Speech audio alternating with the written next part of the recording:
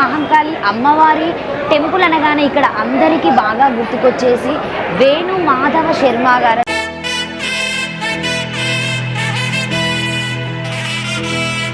బోనాల పండగ విశిష్టత మొట్టమొదటిగా మొదలైంది ఈ దేవాలయంలోనే.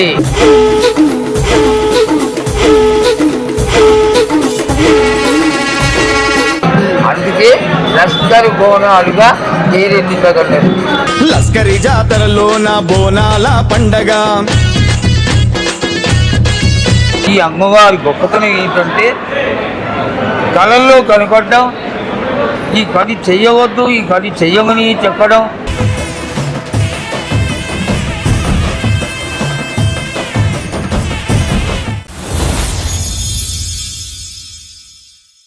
అందరికీ నమస్తే. మరొకసారి ఉజ్జాయిని మహంకాళి అమ్మవారి లస్కర్ బోన శుభాకాంక్షలు. సో ప్రత్యేకంగా ఉజ్జాయిని మహంకాళి అమ్మవారి టెంపుల్ అనగానే ఇక్కడ అందరికీ బాగా గుర్తుకొచ్చేసి వేణు మాధవ శర్మ గారు అని చెప్పొచ్చు. ఎందుకంటే 30 సంవత్సరాల నుండి ఇక్కడ టెంపుల్లో పంతులు గారు సేవ చేస్తున్నారని అందరికీ తెలిసిందే. ఎందుకంటే బోనం అనగానే ముందుగానే శర్మ గారు గుర్తుకొస్తారు. 2026లో ఉజ్జాయిని మహంకాళి అమ్మవారు ఉత్సవాలు ఎలా ఉండబోతున్నాయి, భవిష్యవాణి ఎలా ఉండబోతుంది, రంగం ఎలా ఉండబోతుంది, తొట్టెల కార్యక్రమాలు అయినా కావచ్చు, ఇక్కడ ప్రభుత్వం అరేంజ్మెంట్స్ అయినా ఎలా ఉన్నాయని చెప్పేసి ఒకసారి పంతులు గారిని అడిగి తెలుసుకుందాం. గురువు గారు నమస్తే. శుభం సార్. సో ఈసారి ఉజ్జాయిని మహంకాళి అమ్మవారి ఉత్సవాలు ఎలా జరగబోతున్నాయి? ముందుగా కాళీమేఘ సమగృహాంశ్రీనేనాం జేతాళ కంఠస్థితాం ఖడ్గంకేటకమాన దారుకుశిర కృత్వా కరాగ్రేషిత భూతక్రేతకుశాత మాతృసహితాం ముండస్రజాలం కృతాం వందే దుష్టమసూరికాదిగీకతాం సంహారిణి ఈశ్వరి శ్రీ మహాకాళ్యంగాయే నమః. 250 సంవత్సరాలుగా చరిత్రలోకి వెళితే దినదిన ప్రవర్తమానమై జగన్మాత రాతి కట్టడంతో ఆలయాన్ని నిర్మించుకుని ఏమీ లేనటువంటి ఈ యొక్క 5.5 ఎకరాల స్థలంలో అమ్మవారు ఈ ప్రాంతంలో నెలకొని చెన్నారెడ్డి గారి సమయంలో రాతి కట్టడంతో జగద్గురువులు పుష్పగిరి శంకరాచార్య స్వామివారు, విద్యాంత సింహ భారతి స్వామివారి యొక్క కర్రకమలముల చేత పునఃప్రతిష్ఠ జరిపింపబడి అమ్మవారు రోజు రోజుకి లస్కర్ బోనాలుగా పేరెన్నికగన్నటువంటి ఈ యొక్క అమ్మవారు ఈనాడు తెలంగాణ ప్రాంతమంతా, ఆంధ్రాకు కూడా, భారతదేశం కాకుండా యావత్తు ప్రపంచము కూడా ఈ లస్కర్ బోనాలతో ఆనంద కోలాహలాలతో 16 రోజులు కూడా తెలంగాణ ముఖ్యమైనటువంటి పండగగా లస్కర్ బోనాలుగా ప్రసిద్ధి కాల్చినటువంటిది ఈ జాతర. అమ్మవారి కొలుకు, అమ్మవారిని పూజ చేసేటువంటి పామర పండితులు చేసే గొప్ప, అది వేరు. కానీ పామరులు చేయడం తెలియని వాళ్ళు మంచి ప్రేమానురాగాలతో అమ్మవారిని అమ్మగా భావించి పూజ చేయడం అనేది చాలా గొప్ప విశేషం. ఇందులో ఆంతర్యం ఏమిటి అంటే లేనివాడు కూడా ఉన్నవాడు కూడా అందరూ కూడా ఆ బోనాలని అమ్మవారికి సమర్పిస్తున్నారు. ఎందుకు సమర్పించాలి? ఇక్కడ విశిష్టత ఏంటి అంటే తెలంగాణ లస్కర్ బోనాలలో అత్యంత ప్రీతికరమైనటువంటి విషయం బోనాలని సమర్పించడం. సో ప్రత్యేకంగా బోనాలని ఆషాఢం శ్రావణంలోనే మనకి ఇక్కడ ఉజ్జాయిని మహంకాళి అమ్మవారికి బోనాలు ఎందుకు సమర్పిస్తారు? ఈ బోనాలు సమర్పించడంలో ఆంతర్యం ఎక్కడి నుంచి వచ్చింది? 250 సంవత్సరాల కిందట అమ్మవారిని నిలగొట్టుకున్న తర్వాత ఇక్కడ ఉన్నటువంటి జనమంతా జాతి మత కుల భేదాలు లేకుండా ప్రతి ఒక్క ఇంటి నుంచి ఈ బోనాన్ని పాయసంగా వండి ఆ పాయసం పైన చల్లటి పానీయాలు వ్యాధులు ప్రబలకుండా ఆ పానీయాల్ని కోతరింగడి పైన పోస్తారు. ఈ పాయసం ఏమో అమ్మవారికి ఆడగిడ్డగా భావన చేసి అమ్మవారు ఆడగిడ్డ తిని సంతోషించి ఆశీర్వదిస్తుంది అని పాయసాన్ని సమర్పిస్తారు. ఆ తర్వాత గండ దీపం ఉంటుంది, అదే అమ్మవారి స్వరూపంగా భావన. అటువంటి ఆ గండ దీపాన్ని దేవతకు సమర్పించుకుంటారు. ఈ బోనాల పండగ విశిష్టత మొట్టమొదటిగా మొదలైంది ఈ దేవాలయంలోనే. అందుకే లస్కర్ బోనాలుగా పేరెన్నికగలరు. అత్యంత ఆనందకరమైన కోలాహలమైన ప్రతి ఇంటి నుంచి జరిగేటువంటి పూజ ఈ యొక్క తెలంగాణ లస్కర్ బోనాల పండగ మాత్రమే. ఇంత ఆనందం కలిగినటువంటి ఈ యొక్క పండగ 16 రోజులు కూడా ఊరంతా ప్రతి ఇంటి నుంచి కూడా జరుగుతుంది. ఇక్కడ మనకి మహంకాళి అమ్మవారికే మనము బంగారు బోనం సమర్పించడం జరుగుతుంది. ఈ బంగారు బోనం తీయడానికి ప్రత్యేకత ఏంటి? అసలు బంగారు బోనము అనేటువంటిది ఈ మధ్యకాలంలో వచ్చింది. అసలు తారతమ్యాలు లేకుండా అందరూ మట్టి బోనంలో పాయసం ఉండి సమర్పించుకుంటే వీళ్ళు ఈగవాడు గొప్పవాడు చిన్నవాడు తక్కువవాడు అనేటువంటి బాధ లేకుండా అందరూ సమానంగా ఉండేటువంటి పండగ. అయితే గ్రామాలు మారిపోయినాయి, నగరాలు పెరిగిపోయినాయి, ధన ధాన్య విచక్షణ మరీ పెరిగింది. అటువంటి సమయంలో కొందరు తమ యొక్క సాహత్తుని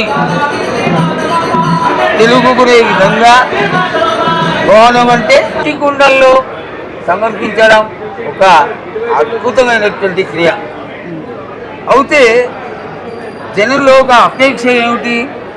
కొత్తగా కాల్చి తెచ్చినటువంటి మట్టి కుండ అవుతే వాళ్ళు ఇంట్లో వాడినటువంటి గిన్నెలు ఏ అంటూ ముట్టుతో ఉంటాయేమో అనేటువంటి భయం లేకుండా కొత్త కుండలో పాయసం చేసుకోవడం ఒక పద్ధతి.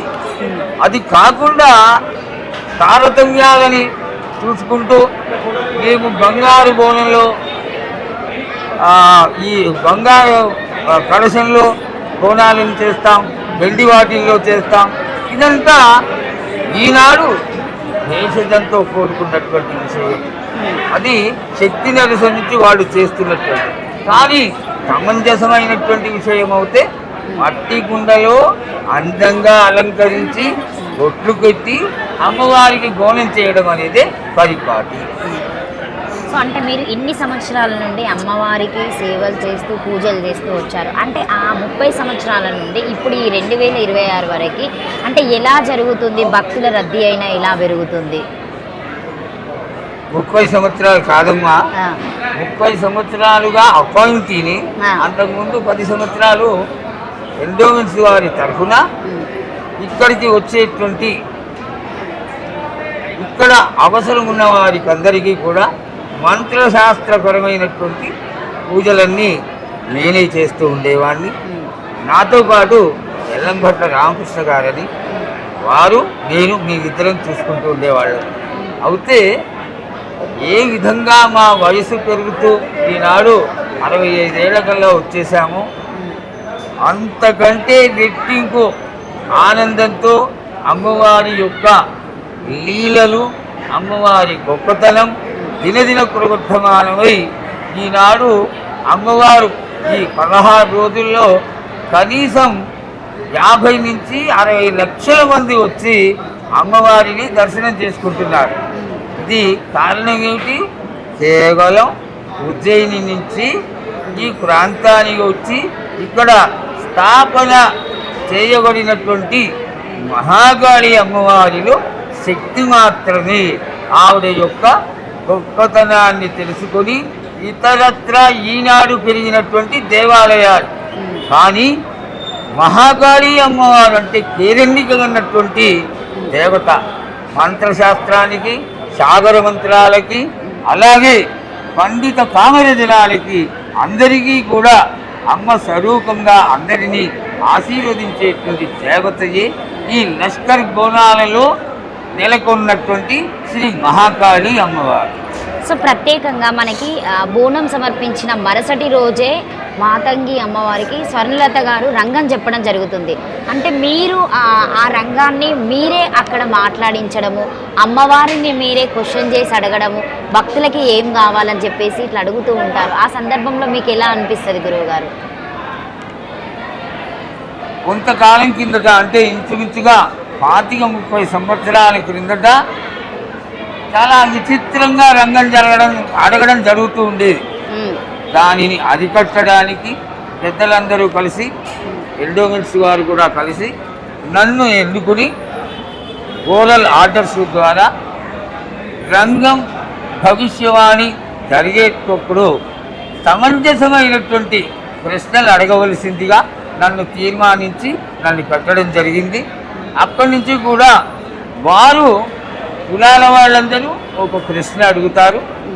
2 ప్రశ్నలు లోక కళ్యాణార్థమై జనాలకి సంబంధించినట్టుగా అమ్మవారు ఏ ప్రశ్న అడిగితే ఆ కాలంలో జరిగినటువంటి దోషాలకి ఏ విధమైనటువంటి పరిహారాన్ని తెలియచేస్తుంది, ఏ పూజలు చేసుకోమని చెప్తుంది, ఎందువల్ల దోషం జరిగింది అని తెలియచేసేటువంటి ఒక గొప్ప క్రియయే ఈ భవిష్యవాణి. కాబట్టి ఇది అడిగేటప్పుడు నా ఉద్దేశం, నా పరిస్థితి అంతా ఏ విధంగా ఉంటుంది అంటే, నా ఎదురుగుండా ఖచ్చితంగా ఆవహించినటువంటి అమ్మవారు మహాకాళి స్వరూపం ఉంది. ఆవిడనే నేను అడుగుతున్నాను. నేను అడిగిన దానికి అమ్మ చక్కటి ఆశీర్వాద గలంతో ఆవిడ యొక్క సమాధానాన్ని తెలియజేస్తుంది అనేటువంటి భావనే ఉంటుంది తప్ప అక్కడ నేను అనేటువంటి భావన కానీ, ఆవిడ ఒక జోగిని స్త్రీ అనేటువంటి భావన కానీ ఉండదు. భక్తుడికి భగవంతుడికి ఉన్నటువంటి ఒక అపురూపమైనటువంటి సంధానం ఏదైతే ఉందో అదే ఆ ప్రాంతంలో కనబడేటువంటి తీరు. సో రంగం అయిపోయిన తర్వాత అమ్మవారిని అంబానీ మీద, ఏనుగు మీద ఊరేగించడం జరుగుతుంది. ఆ సందర్భంలో కూడా మీరు అమ్మవారి ఊరేగింపులో పాల్గొంటారు, మీరు కూడా డాన్సెస్ వేస్తూ ఉంటారు. శ్యామల గారితో ప్రత్యేకంగా మీరు కూడా బోనం ఎత్తించడం ఇవన్నీ చేస్తూ ఉంటారు. గురువుగారు ఎట్లా అనిపిస్తుంది అంటే, మీకు దక్కినటువంటి అవకాశం మళ్ళీ ఎవరికి దక్కదు కూడా, అదొక అదృష్టం అని చెప్పవచ్చు. భక్తి పారవస్యంలో పరాకాష్ఠకి వెళ్ళినప్పుడు శరీరం తనకి తాను తెలియకుండా మేళతాళాలకి అనుగుణంగా నృత్యం చేయడం అనేది జరుగుతుంది. దీన్ని తెలిసి తెలియని అజ్ఞానంతో కూడుకున్నటువంటి ప్రజలు అది తాగి తందనాడేటువంటి విషయం కాదది. అది జాతర విశిష్టత, అది వేరు. కానీ ఒక పండితుడు లేక విషయ జ్ఞానం ఉన్నవాడు చిందులు వేశాడంటే దానిలో కేవలం ఒక్క తన్మయత్వం మాత్రమే. ఈ తన్మయత్వానికి పరాకాష్ఠయే అమ్మవారిని సాగనంపేటప్పుడు అందరూ కూడా ఆహా మా తల్లి వెళ్ళిపోతోంది కదా, మా ఆడబిడ్డ వెళ్ళిపోతోంది కదా, మా అమ్మ 16 రోజుల తర్వాత అత్తవారింటికి వెళుతోంది కదా అనేటువంటి బాధతో, తరువాత ఆ భక్తి భావనతో ఎంతో ఇష్టంగా జరిగేటువంటి ఉద్వాసన కార్యక్రమమే ఈ ఏనుగు ఊరేగింపు. ఈ ఏనుగు ఊరేగింపులో జగన్మాత అత్తవారింటికి వెళ్ళిపోవడం అనేది 15వ రోజున పరిపాటు. సో ఈ 15 రోజుల పాటు మీరు ఉజ్జాయిని మహంకాళి అమ్మవారికి ఏం సమర్పిస్తారు? అంటే ఆహారమైన కావచ్చు, అమ్మవారి అలంకరణ విధానమైన కావచ్చు, ఎలా ఉంటుంది? ప్రతినిత్యము అమ్మవారికి పొద్దున శ్రీచక్రానికి అభిషేకం, బాలభోగం, షోడశోపచార పూజ ముగిసిన తర్వాత భక్తులకి ప్రతినిత్యము వచ్చి అమ్మవారిని వేడుకుండే వాళ్ళందరికీ వారి వారి కోరికల మేరకు రకరకాలైనటువంటి పూజలు, పౌర్ణమి రోజున చండీ హోమం, అలాగే ఈనాడు అందరూ మహాకాళేశ్వర పూజలు చేస్తున్నారు కాబట్టి మహాకాళీ దేవస్థానంలో కుడి భాగంలో అమ్మవారికి ప్రతిష్ఠితమైనటువంటి మహాకాళేశ్వర స్వామికి రుద్రహోమం, కాళేశ్వర హోమం, మృత్యుంజయ హోమం ఇవన్నీ జరగడం, ఇంకా ఎవరన్నా విశిష్టతగా లక్షార్చనలు చేయించుకోవడం కానీ సహస్రనామ పూజలు చేయించుకోవడం కానీ ఇవన్నీ జరిగితే వాటికి అనుగుణంగా ఆశ్వేజ మాసంలో కలశ స్థాపన జరిగి అమ్మవారికి పూజలు జరగడం ఈ ఆలయంలో విశిష్టత. అయితే పొద్దున బాలభోగ అనంతరం మళ్ళీ మధ్యాహ్నం 12:30 గంటలకి అమ్మవారికి షోడశోపచార పూజ జరిగి చక్కగా అమ్మవారికి మహానివేదన జరుగుతుంది. మహానివేదన ఏ విధమైనటువంటి భోజనం అంటే ఒక షడ్రసోపేతమైనటువంటి ఆధరువులతోటి అమ్మవారికి నివేదన జరగడం అనేది పరిపాటి. అది అయిపోయిన తర్వాత 1 గంట నుంచి 4 గంటల వరకు అమ్మవారికి విశ్రమ సమయం. ఈ విశ్రమ సమయంలో ఎవరూ కూడా నిజంగా చెప్పాలంటే అమ్మవారిని కదిలించకూడదు. అందుకనే ద్వారాలు మూసేసి మళ్ళీ 4 గంటలకు తెరిచి 6 గంటల నుంచి 6:30 వరకు సాయంకాల పూజ, మళ్ళీ అవసర నైవేద్యం, భక్తులకు వితరణ ఇవన్నీ జరిగిన తర్వాత రాత్రి 9 గంటలకి అమ్మవారికి కవలింపు సేవ, విశేష సమయాలలో ఊరేగింపు ఇవన్నీ జరిగి ఆలయం తలుపులు మూసేయబడతాయి. అయితే ఇవన్నీ కూడా సాంప్రదాయబద్ధంగా ఇంచుమించుగా ఇన్ని సంవత్సరాలుగా ఈ ఆలయంలో జరుగుతున్నటువంటి విశేషాలు. సో 2026లో ఉజ్జయిని మహంకాళి అమ్మవారి ఉత్సవాలను మనం ఎలా చూడొచ్చు? ఈ కోలమానం అనేటువంటి విశిష్టత నాకు ఇక్కడ ఏం కనబడదమ్మా. ఎందుకంటే నేను చిన్నప్పుడు 15వ రోజున ఆలయంలోకి వస్తే ఆలయంలో ఇంచుగా గుడి ముందరి నుంచి జనం ఉండేవాళ్ళు.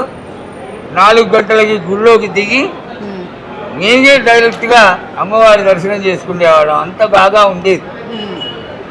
ఎప్పుడైతే ఇంత జనం పెరిగిపోయి లక్షల్లోకి మారిపోయిందో వారి వారి తాహత్తుని బట్టి తారతమ్యాలని బట్టి ఈ ప్రాంతమంతా కూడా ప్రతి ఇంటిలోనూ పండగే.